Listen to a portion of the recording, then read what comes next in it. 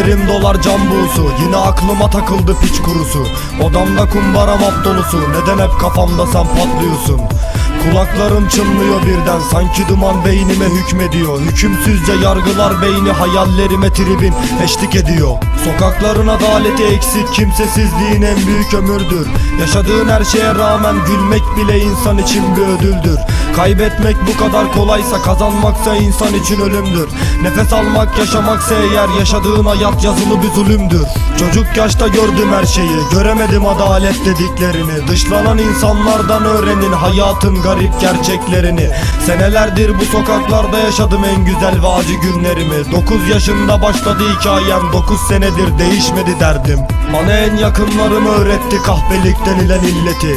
Sırtımı yasladığım kendi kanımdaki insan bile bırakıp gitti. Çaresizliğim kadar derin, derin ve dipsiz kuyular gördüm. Canım gibi sevdiğim insanı, öz abimi bile kuyulara gömdüm.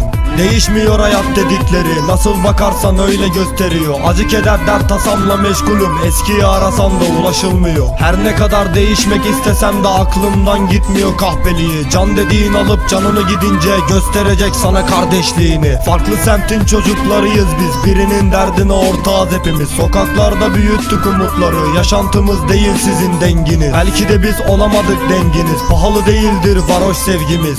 Ya da siz ya da biz, hanginiz sokak çocuğu sevdiniz? Bana en yakınlarım öğretti kahpelik denilen illeti. Sırtımı yasladığım kendi kanımdaki insan bile bırakıp gitti. Çaresizliğim kadar derin, derin ve dipsiz kuyular gördüm.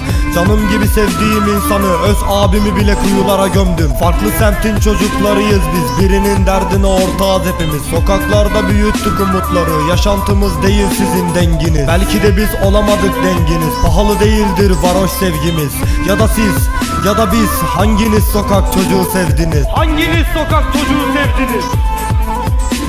Keş Ömer. Burası Bağcılar.